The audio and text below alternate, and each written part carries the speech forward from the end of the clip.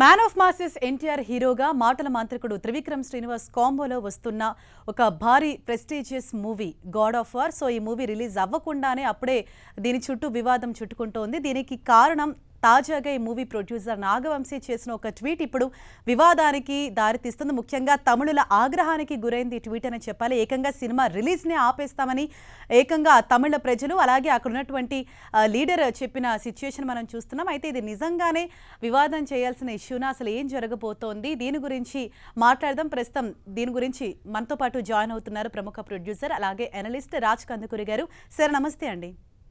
నమస్కారం అండి. Sir right, ఇటీవల నాగవంశీ గారు చేసిన ట్వీట్ మీరు చూసే ఉంటారు. గాడ్ ఆఫ్ వార్ మూవీకి సంబంధించి, అంటే నార్త్లో పుట్టి సౌత్లో పూజలు అందుకుంటున్న దేవుడు కార్తికేయ అని చెప్పేసి ఆయన ఏదైతే ట్వీట్ చేశారో ఇప్పుడు అది మొత్తం ఒక పెద్ద చర్చకు దారితీసింది. తమిళనాడులో మూవీ రిలీజ్నే ఆపేస్తామని అంటున్నారు. అయితే నిజంగా ఇది వివాదం చేయాల్సిన టాపిక్ అంటారా? అంటే ఒకటండి, ఏదైనా సినిమాకి ఇప్పుడు వాళ్ళు ఖచ్చితంగా గనక ఎస్ ఇది సుబ్రహ్మణ్య స్వామి కథ, కార్తికేయుడు కథ, మురుగన్ కథ అని చెప్పి ఇది నార్త్ లో పుట్టారు, మన సౌత్ లో పాపులర్ అయ్యారనో, ఇక్కడ పూజింపబడ్డాడని అంటే దానికి ఒక రీజన్ ఉందండి. నేను అనుకోకుండా 2 days క్రితమే నాగవంశీ గారు వేరే సందర్భంలో కలవడం జరిగింది. ఆయనతో ఏంటండి ఈ ఇష్యూ నడుస్తోంది ఏంటి అని అడిగినప్పుడు ఆయన అన్నారు, అసలు ఇది కాదండి, వీ డిడ్ మీన్ దట్, అలా ఉంటే అలా 100% మేము అలా అయితే డైరెక్ట్లీ ఇదేదో మురుగన్ కథని కార్తికేయుడు కథని అనలేదు. హీరో పేరు కార్తికేయ ఉండొచ్చు. ఇంకొకటి ఏంటి, when it comes to this పురాణాల ప్రకారంగా మనం చూస్తే ఎక్కడా కూడా ఫలానా ప్లేస్ లో పుట్టినట్టు మన కార్తికేయుడు కానీ మురుగన్ కానీ పురాణాల ప్రకారంగా కూడా లేదు. అదేమిటంటే ఒక భౌతిక స్థలం అంటూ లేదు. అది పురాణాలు చెప్పింది ఏమిటి అంటే శివుడి 3వ కంటిలోంచి వచ్చినటువంటి అగ్ని జ్వాలలు, ఆ జ్వాలల్ని 6 జ్వాలలుగా మారి వాటిని అగ్నిదేవుడు తీసుకెళ్లి ఒక కొలంలో కలిపినట్టు, ఆ కొలంలోంచి పుట్టినటువంటి 6 జ్వాలల్లోంచి వచ్చినటువంటిది ఒకడు కార్తికేయుడు అని చెప్తున్నారు. అయితే ఈ తమిళియన్స్ గాడ్ అని మాత్రం 100% ప్రపంచవ్యాప్తంగా తెలుసు. అత్యంతంగా పూజింపబడ్డది తమిళనాడులో ఆయన. కాబట్టి ఇది ఫస్ట్ ఆఫ్ ఆల్ ఇది తమిళులకి సంబంధించిన మన ఆరాధ్య దైవంగా మనం కొలిచేటువంటి సుబ్రహ్మణ్య స్వామి కథ, ఇది నార్త్ లో పుట్టి ఇక్కడ తమిళనాడులో పూజింపబడ్డాడని అంటే అది కాంట్రవర్సీ అవ్వడానికి అవకాశం ఉంది. ఇది ఓన్లీ మిస్కన్సెప్షన్, మిస్అండర్స్టూడ్ ఏమో అని నేను అనుకుంటున్నానండి. ఎస్ సార్, అంటే ఏదైతే అక్కడ వాళ్ళు చెప్తున్న దాని ప్రకారం అసలు సుబ్రహ్మణ్య స్వామి తమిళుడు, ఆయన మురుగన్ అని చెప్పేసి మేము ఆరాధ్య దైవంగా భావిస్తూ ఉంటాము. అసలు చరిత్రని వక్రీకరిస్తే మాత్రం, అంటే ఏదనేది తెలుసుకోకుండా వక్రీకరించి సినిమా తీస్తే మాత్రం మర్యాదగా ఉండగాని ఆయన కొంచెం సీరియస్గానే వార్నింగ్ ఇచ్చారు. అంటే దీన్ని ఏ విధంగా చూడొచ్చు అంటారు? ఖచ్చితంగా అది జరిగినప్పుడు అక్కడ దాకా వస్తే మాత్రం వాళ్ళు ఎలా రియాక్ట్ అవుతారో చూద్దాము. ఇప్పుడు కురుంజి పర్వతాల్లో అత్యంతంగా ఈయన పూజింపబడతారండి సుబ్రహ్మణ్య స్వామి. అది ఆ పర్వతాలకు సంబంధించినటువంటి ఇది కాబట్టి తమిళనాడులోదే అనుకోవడానికి అవకాశం ఉంది. కానీ పుట్టినట్టు ఆధారాలు చరిత్ర ప్రకారం లేదు. సంగమ లిటరేచర్ అని ఉందండి, దాంట్లో చూస్తే కూడా ఇలా లేదు. దాని ప్రకారంగానే శివుడు 3వ కంటిలోంచి వచ్చినటువంటి జ్వాలల్లోంచి వచ్చినటువంటిది శరవణై ఆ కొలంలో 6 జ్వాలలు కలిసి అక్కడి నుంచి ఆ కొలంలోంచి వచ్చినట్టుగా తెలుస్తున్నది. అయితే అది పూర్తి డీటెయిల్స్ లో దాంట్లో వెళ్ళడానికి మనం ఎట్ దిస్ మూమెంట్ లేదు. కానీ ఈ సినిమా విషయానికి వస్తే ఈ సినిమా కనుక సుబ్రహ్మణ్య స్వామి కథ అయ్యుండి, సుబ్రహ్మణ్య స్వామి కావచ్చు, శరవణుడు కావచ్చు, కార్తికేయుడు కావచ్చు, ఇవన్నీ కూడా గాడ్ ఆఫ్ వార్ అని పెట్టి మనం జస్ట్ అందులో చూసింది ఒక త్రిశూలం చూసాము, అంటే ఒక 3 విభూది రేఖలు ఉన్నటువంటి శివుడి విభూది రేఖలు చూసామే. కానీ ఇది ఎగ్జాక్ట్లీ ఇది అని ఎక్కడ దాని ప్రకారంగా ఆ ట్వీట్ లో లేదని నాకు అనిపించింది. మిస్అండర్స్టాండింగ్ అవుతోందేమో అని నా ఉద్దేశం అండి. అది అయినప్పుడు ఖచ్చితంగా అది వచ్చినప్పుడు దాన్ని ఫేస్ చేయాల్సి ఉంటే చేద్దాం. సో జనరల్గా అంటే ఇట్లాంటి సిచ్యువేషన్స్లో కేవలం ఒక పోస్టర్ని చూసో లేకపోతే ఏదైనా ఒక చిన్న సన్నివేశాన్ని చూసో మొత్తాన్ని క్రిటిసైజ్ చేస్తుంటారు. గతంలోనే ఇలానే ఒక భారీ పాన్ ఇండియా సినిమాను కూడా ముందుగా చాలామంది క్రిటిసైజ్ చేశారు, అంటే అసలు సినిమా ఆడనివ్వం అది ఇది అని చెప్పేసి. సేమ్ ఇప్పుడు కూడా అలాంటి సిచ్యువేషనే వస్తుందా? అంటే ఇది ఎంతవరకు కరెక్ట్ అంటారు? అంటే కేవలం ఏదో ఒక పాయింట్ని చూసి మొత్తాన్నే మనం ముందుగానే ఆలోచించడం అంటే ఇది టూ ఎర్లీ టు సే అండి. రీజన్ ఏంటంటే దాని కథ ఏంటో మనకు తెలీదు. ఇప్పుడు గాడ్ ఆఫ్ వార్ అని ఎక్కడ అన్నా కూడా అతన్ని పూజిస్తున్నారేమో, ఆ హీరోని గాడ్ అనుకోని అక్కడ ఏదైనా ఉండొచ్చు. ఆ కథ ప్రకారంగా అతను లాగా సజెస్టివ్ గా చెప్పారేమో కూడా ఉండుండొచ్చు కదా. రేపు సినిమా బయటకు వచ్చేదాకా మనకు తెలియదండి. ఎవరు కూడా ఏ ప్రొడ్యూసర్ కూడా ఒక కాంట్రవర్సీ చేసి దానివల్ల నెగిటివ్ బ్యాక్ ఫైర్ అవ్వాలని కోరుకోరు. సినిమాకి ప్రతి ఆడియన్ మనకి ఇంపార్టెంట్ అండి. ఇప్పుడు తమిళనాడు అనేది చాలా ఇంపార్టెంట్ బెల్ట్ మనకి తెలుగు సినిమాకి. అవును. ఇది పైగా అన్ని లాంగ్వేజ్‌లో రిలీజ్ చేస్తారు. తెలుగు, తమిళ్, మలయాళం, కన్నడ, హిందీ అన్ని లాంగ్వేజ్ చేస్తారు. ఎందుకంటే బడ్జెట్ అలాంటిదది. హ్మ్. త్రివిక్రమ్ గారి స్కేల్ అంటే మీరు ఇమాజిన్ చేయొచ్చు. మన ఎన్టీఆర్ గారు చేస్తున్నారు. కళ్యాణ్ రామ్ వాళ్ళ ఓన్ ప్రొడక్షన్. ఇంతమంది ఉన్నప్పుడు నాగవంశి గారి ప్రొడక్షన్‌లో ఇలాంటి రిస్క్ ఏ ప్రొడ్యూసర్ చేయరండి. కాబట్టి తెలిసి అందులో ఏమి అలాంటి రిస్క్ ఉండదు. 100% అందరిని ఆకట్టుకుంటాం. నేను సినిమా ప్రొడ్యూసర్‌గా చెప్తున్నాను. ఒక్క టికెట్ మనకి నష్టమైనా గూడా అది కోరుకోడు ఏ ప్రొడ్యూసరు.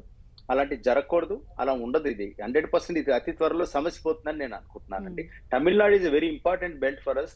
వాళ్ళ నుంచి హ్యూజ్ రెవెన్యూస్ మనకొస్తున్నాయి. మన పొరుగు రాష్ట్రం అయినప్పుడు ఆంధ్రాకి. అట్నుంచి ఎట్టి పరిస్థితిలో ఇలాంటి కాంట్రోవర్సీ రావడం ఈ మొమెంట్‌లో అది కరెక్ట్ కాదు గానీ, అది అతి త్వరలో దీనికొక క్లారిటీ వచ్చి దీనికొక శుభం కార్డ్ పడాలని కోరుకుంటున్నానండి. Yes sir. అంటే జనరల్‌గా ఇటువంటి సిట్యుయేషన్స్ వచ్చినప్పుడు అంటే ఈ సినారియోని ఏ విధంగా చూడొచ్చు సార్? అంటే ఇది కల్చర్‌ని ప్రొటెక్ట్ చేయటం అనుకోవచ్చా? లేకపోతే సినిమాని కంట్రోల్ చేయడం అని అనుకోవచ్చా? కానీ సినిమాలు కంట్రోల్ చేయడం కాదండి. పర్టిక్యులర్‌లీ వాళ్ళు ఎక్కడ ఎఫెక్ట్ అయ్యి ఉండొచ్చంటే నేను ఆ ట్వీట్స్ చదివాను. అంటే ఈ ఒక భగవంతుడిని విపరీతంగా ఆరాధిస్తారక్కడ. తమిళనాడులో మీరెక్కడ చూసినా మురుగా, మురుగా అంటూ ఉంటారు. అంటే వాళ్ళకి ఆరాధ్య దైవం ఆయన. అందరూ ఆ విభూది పెట్టుకొని బయలుదేరుతారు. అది ఆయన అత్యంత పవర్‌ఫుల్ గాడ్ అండి మురుగన్. సో, అలాంటప్పుడు నేను గూడా పళని వెళ్ళొస్తుంటాను. పళని ఆయన ఉండేటువంటి ఆయన క్షేత్రం అది. అక్కడికి వెళ్ళొచ్చినప్పుడు గూడా ఎవ్రీ టైమ్ నాకు చాలా పాజిటివ్ రిజల్ట్స్ వచ్చాయి. అలాంటిది వాళ్ళకి ఎక్కడైనా గనుక సెంటిమెంట్ కలిగి ఇది మా దేవుడి గురించి కథ తీస్తూ ఇది నార్త్‌లో పుట్టాడని ఎలా అంటారు వీళ్ళు?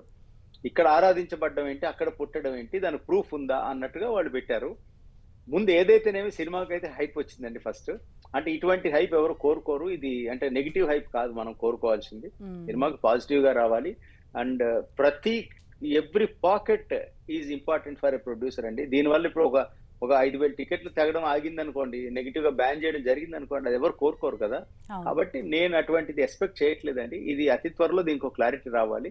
ఇది ఓన్లీ ఔట్ ఆఫ్ వాళ్ళు ఆరాధించేటువంటి ఒక దేవుడిని, మీ దేవుడు కాదు ఇది బయట ఎక్కడో పుట్టాడన్నప్పుడు వాళ్ళ కోపం వచ్చుండొచ్చు. కానీ వీళ్ళ ఉద్దేశ్యం ప్రొడ్యూసర్‌దైతే అది కాదని నేను అనుకుంటున్నాను. ఆయన ఇంటెన్షన్ అది కాదని నా ఫీలింగ్. Yes sir. అంటే ఇప్పుడు ఈ ఇష్యూ రావటం వల్ల ఇప్పుడు ఏదైతే ఒక ప్రెస్టీజియస్ మూవీ తీస్తున్నారో అంటే డైరెక్టర్ క్రియేటివిటీ మీద ఇది ఎంతవరకు ఇంపాక్ట్ చూపిస్తుందంటారు అంటే ఫర్దర్‌గా? డైరెక్టర్ క్రియేటివిటీ మీద ఎక్కడ చూపించదండి. ఆయన రాసుకున్నగా త్రివిక్రమ్ గారు ఏది రాసుకున్నారో, ఏ లైన్ అయితే ఆయన అనుకున్నాడో దాని మీద ఆయన పెడతారు. అయితే పబ్లిసిటీలో ఇటువంటిది ఎక్కడ మిస్‌అండర్‌స్టాండింగ్‌కి స్కోప్ లేకుండా హియర్ ఆఫ్టర్ చూసుకుంటారు. అంటే వీళ్ళ ఇంటెన్షన్ వేరేదై ఉంటుంది. వాళ్ళు ఇంటెంట్ చేసింది వేరు. అక్కడ రీచ్ అయింది వేరేగా అయిందనుకుంటాను. ఇగ హ్మ్. ఫ్యూచర్‌లో అట్‌లీస్ట్ హియర్ ఆఫ్టర్ ఇలా కమ్యూనికేట్ అవ్వకుండా కేర్‌ఫుల్‌గా ప్రాపర్‌గా చేద్దామని అనుకుని ఉండొచ్చని నా గెస్. నేను అన్నది క్లియర్‌గా 2 డేస్ బ్యాక్ నాగవంశి గారితో మాట్లాడితే డే బిఫోర్ యెస్టర్‌డే ఆయన అలా లేదండి అసలు ఇది కానే కాదండి అని అన్నట్టుగా అన్నారు. హ్మ్. అయితే కాకపోతే వేరే సందర్భం వేరే ఇష్యూ మీద మేము కలిసి కలవడం జరిగింది కాబట్టి దీని మీద ఎక్కువ స్పెండ్ చేయలేకపోయాం. బట్ ఏంటంటే ఇంత కాంట్రోవర్సీ అవుతుందంటే, అయ్యో! లేదు Raju garu very soon it will be clarified అన్నారాయన. యెస్. అది దట్స్ వాట్ నాకున్న నమ్మకం అండి. అండ్ ఎవ్రీ ప్రొడ్యూసర్ ఇప్పుడు ఉన్న ఇండస్ట్రీలో సిట్యుయేషన్ ఈస్ బ్యాడ్ అండి. ఇప్పుడు మూవీ వాక్-ఇన్స్ తగ్గిపోయాయి. రీజన్ తెలీదండి ఏంటో. అంటే ఒకప్పుడు 200, 250 ఫిల్మ్స్ నడిస్తే కనీసం 60, 70 సినిమాలు ఆడేవి. ఇప్పుడు 20 సినిమాలు కూడా పట్టుమని ఆడట్లేదు. హ్మ్. ఇలాంటప్పుడు హ్యూజ్ రెవెన్యూ పోతుంది. ఎకానమీ మీరు చూస్తూనే ఉన్నారు. బ్యాడ్ షేప్‌లో ఉంది. డాలర్ రేట్ చూస్తే ₹96కి వెళ్ళిపోయింది. అండ్ మొన్ననే ఇరాన్, యూఎస్ వార్ ఏమో సిట్యుయేషన్ అలా ఉంది. అవును. అండ్ ఇలాంటప్పుడు ఒక చాలా ఫ్లరిష్ అయితూ బాగా నడుస్తున్నటువంటి industry cinema industry. Cinema industry అంటే మీరు చూసేది గ్లామర్ ఒకటే ఉండొచ్చండి. కానీ దాని వెనక పడే కష్టం చాలా అంటే ఒక పేదవాళ్ళ కష్టం చాలా ఉంది. అంటే ఒక మేకప్ మ్యాన్ దగ్గర నుంచి, ఫైటర్స్ అసోసియేషన్ నుంచి ఎంతో మంది చిన్న కార్మికులు లైట్ బాయ్ దగ్గర నుంచి, మేకప్ అసిస్టెంట్స్ దగ్గర నుంచి, లేకపోతే మాకు ఉండే అసిస్టెంట్స్ వీళ్ళు బాయ్స్ ఉంటారు. హ్మ్. వీళ్ళందరూ చిన్న కూడా డైలీ 1000, ₹1,200 పని చేస్తారని చాలా హార్డ్ వర్క్. పొద్దున్న 6కి వస్తే రాత్రి 9కి ఇంటికెడతారు వాళ్ళు. ఒక సినిమా ఆడలేదనుకోండి, ఆ ప్రొడ్యూసర్ ఎక్కడైనా ఎఫెక్ట్ అయితే నెక్స్ట్ సినిమా అతను తీయడం ఆపినా, లేకపోతే బడ్జెట్ తగ్గించుకున్నా, కంట్రోల్‌గా చేసినా వాళ్ళందరి ఎంప్లాయ్‌మెంట్ ఎఫెక్ట్ అవుతుంది. సో, ఈ పరిస్థితిలో ఎటువంటి కాంట్రోవర్సీ లేకుండా సినిమా ఆడడం ఇంపార్టెంట్. ఒక థియేటర్ వ్యవస్థ కూడా అలాగే ఉందండి. డిస్ట్రిబ్యూషన్ వ్యవస్థ అలాగే ఉంది. అందరూ నష్టపోతున్నారు. హ్మ్. ఎటువంటి కాంట్రోవర్సీ లేకుండా స్మూత్‌గా ఇండస్ట్రీ బాగా నడవాలని కోరుకునేవాళ్ళండి. అది అందరూ జెన్యూన్ విష్ అండి. ప్రతి వాళ్ళు ఇండస్ట్రీలో మేము ఎక్కడ కలిసినా నిర్మాతలం గాని, డిస్ట్రిబ్యూటర్స్ ఎవరైనా కలిసినా కూడా వి డిస్కస్ దట్ ఈ సిట్యుయేషన్ నుంచి ఎంత ఫాస్ట్‌గా బయటపడతాం మనము. ఎకానమీ చూస్తే బాలేదు. ఒక పక్క రియల్ ఎస్టేట్ బ్యాడ్ అంటున్నారు. ఎవరు సినిమాకి డబ్బు ఖర్చు పెట్టి బయటకొచ్చి 3,000 ఖర్చు పెట్టి ఒక సినిమా చూడాలా? బాగుంటే చూద్దాం లేండి అని అనుకుంటున్నారు, లేకపోతే ఓటీటీకి వచ్చినప్పుడు చూద్దాం అనుకుంటున్నప్పుడు ఏదైనా చిన్నది ఓ సినిమాని మైనస్ అయినా మాకు లోపల సైకలాజికల్ ఫియర్ ఉంటుంది.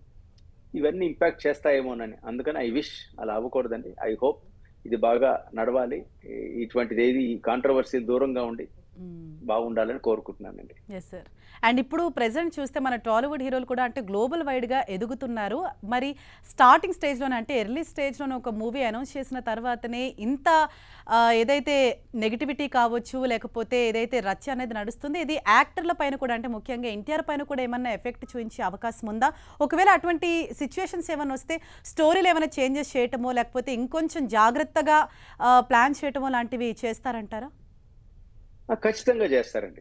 ఇప్పుడు పర్టికులర్లీ యాక్టర్స్ ప్రతి ప్రేక్షకుడికి దగ్గర అవ్వాలని కోరుకుంటారండి. పర్టికులర్లీ ఎన్టీఆర్ లాంటి ఒక స్టార్ చాలా down to earth humble actor అండి. అతను చాలా హార్డ్ వర్కింగ్ యాక్టర్.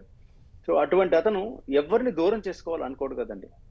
సో ఇప్పుడు ఒక తమిళనాడు లాంటి బెల్ట్ నుంచి ఇంత నెగిటివిటీ బ్యాక్ ఫైర్ అయిందంటే అది తొందరగానే దీన్ని అర్జెంట్లీ క్లారిఫై చేయాలి. వీళ్ళకి ఎక్కడ ఇష్యూ వచ్చింది అనేది క్లారిఫై చేసే ప్రయత్నంలోనే ఉంటారు.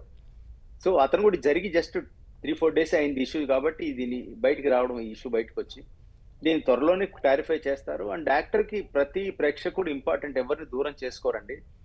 అండ్ అతనికి చక్కని తమిళ్ మాట్లాడతాడు, తనకి తమిళ్ డబ్బింగ్ చెప్తే తనే చెప్తారు ఎన్టీఆర్. అలాంటప్పుడు తను ఎందుకు దూరం చేసుకుంటారండి? అది లేదు, అతి త్వరలో ఆయన క్లారిఫై చేస్తారు. దీన్ని ఎవ్వరూ దూరం చేసుకోరండి ఒక ప్రేక్షకుడిని. నాకైతే గట్టి నమ్మకం అండి.